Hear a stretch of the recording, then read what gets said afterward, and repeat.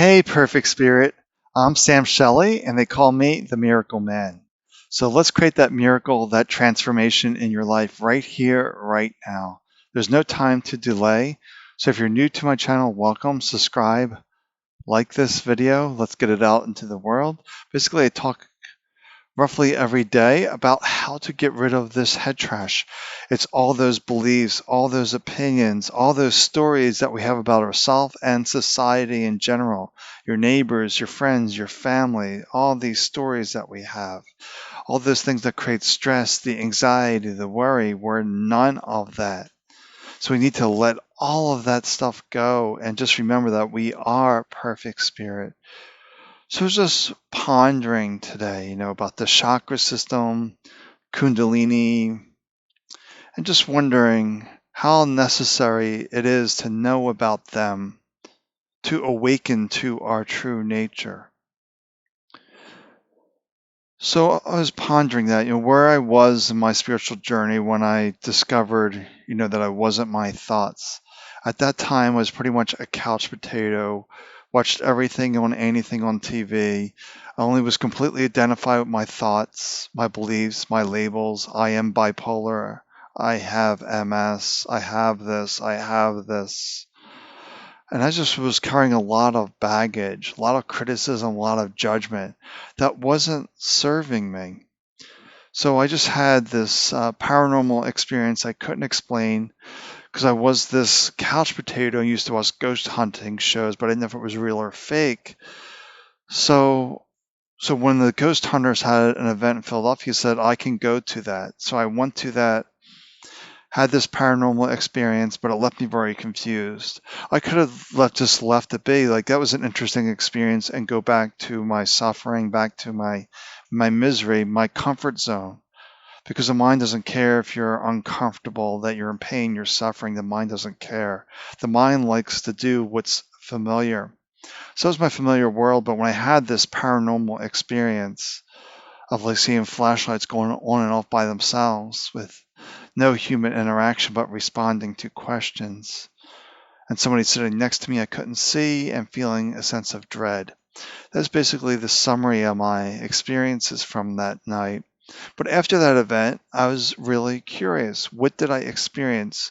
What is this thing turning off flashlights?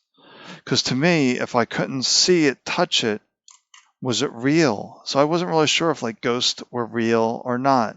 It was TV after all that I was watching, and can be scripted. And I never had any paranormal experiences before that I would say that was really that definitive. Or maybe I did, and maybe we all do, and we just dismiss it as nothing, no big deal. But when you set the intention to have a paranormal experience and you have one, then you're like, you notice it. Okay, so I had this paranormal experience. Now what? It left me very curious. Like, what is this world of spirit, ghosts? What is this? So I didn't know. That wasn't my background.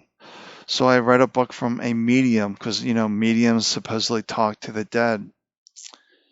All right, so I was reading this book very slowly because my eyesight was extremely poor from the MS. And if I read for too long, more like 7, 8 pages, I would get a migraine. It was really bad after MS. My ability or lack of ability to read was really diminished. So I was slowly reading this book, and I came to the point where they talk about, I guess raising their vibration or getting themselves into a space where they communicate with spirit. They talked about meditation. And one of the benefits of meditation they talked about was inner peace. And I just had this knowing that I needed inner peace. That was like my solution. I didn't have any concept of healing, didn't know anything about the spiritual realms, didn't know about chakras, Kundalini, nothing. I knew none of this stuff.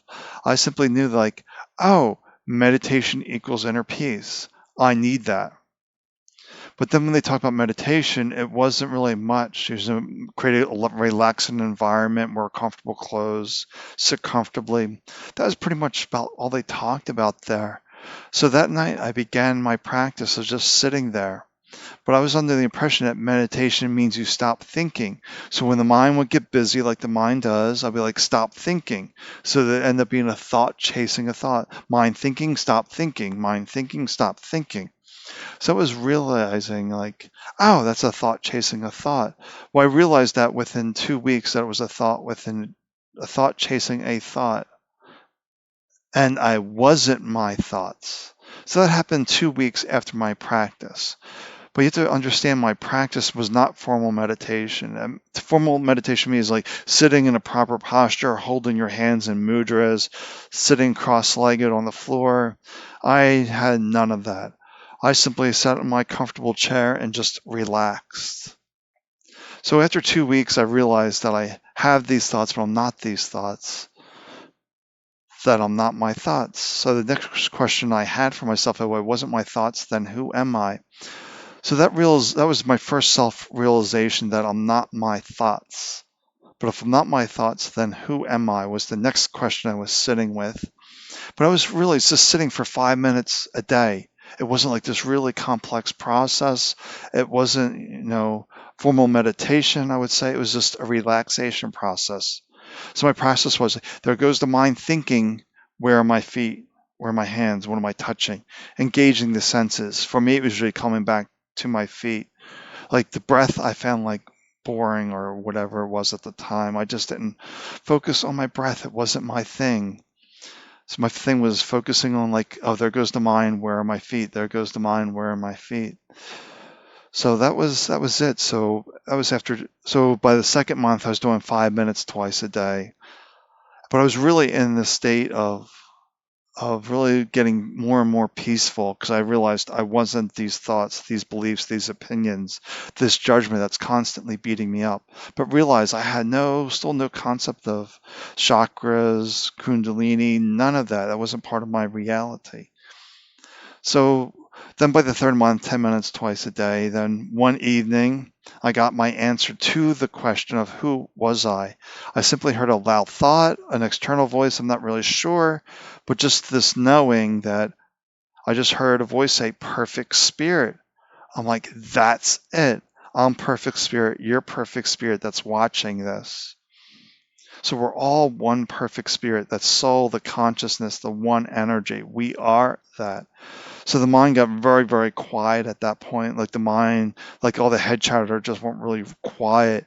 And my intuitive voice really came online strong at that point. So then I began to take my medicine, go through my journey, but I was still never focused on healing. It was always on peace. But then I just followed my intuition to do this, to do that. And we have to realize our intuition is a very, do this, do that type of voice. It's not going to give you a reason, explanation, a story. The stories are coming from the mind filled with head trash, that cognitive bias that we have. So once again, I still had no concept of chakras, Kundalini, none of this stuff. But I was just listening to my intuition. So my intuition was like, I needed to do some kind of other practice. I knew I needed a different type of practice. So I was just, okay, it's like, where am I going to go for meditation? So I was scanning through YouTube, put in meditations. I forget what the keywords I put in there, meditations, maybe energy meditations. I just knew something with energy meditations. I needed something different. So then I stumbled upon the chakra dhyana meditation. Like, aha, that's what I need. I just knew that's what I needed. So then I began to do this meditation, but my own way. I was listening to this, but then I had the insight when they were getting onto different chakras to breathe in a gold energy and exhale a silver energy at those chakra centers I was being guided to. But once again, it wasn't like an intellectual knowledge quest. It was just the wisdom that arises. Like, okay, I need this meditation. And with this meditation, I need to breathe in gold and exhale silver out when I'm at these different points. So I just knew that. So rather quickly, I had a full Kundalini awakening after I started this process. I don't remember exactly how long it took for the Kundalini to spark, to awaken, but it did.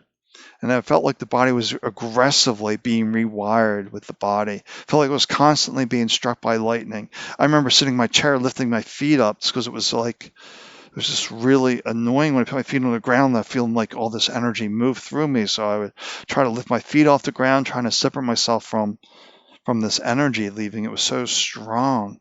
And then sitting in the winter time, just sitting there sweating, like what's this all about? So that was my process. And people say they want a Kundalini awakening. I'm like, do you really want that?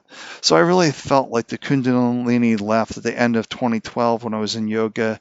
And I just felt a strange energy leave me. And at that point, I just knew it was all over.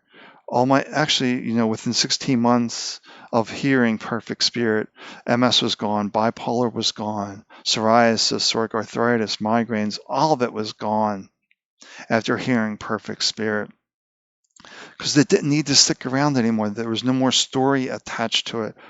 I realized the body has bipolar. I'm not bipolar. The body has MS. I don't have MS. And the inner can match the outer. You realize I didn't have any of these skills. I was my own teacher, and we're all our own teachers. But the world tries to convince us we have to do it this way. We have to follow them. They know best. They're the experts. We don't need any of this. That's why my message is very simple. Relax, be here. And Eckhart Tolle talks about this. Ram Dass talks about this. The power of now. If you're in the mind, the story, you're not here. You're either in the past or you're in the future. And all of our power is right here, right now. So the ultimate thing of this video is realizing the spiritual concepts are most likely slowing you down from knowing your true self.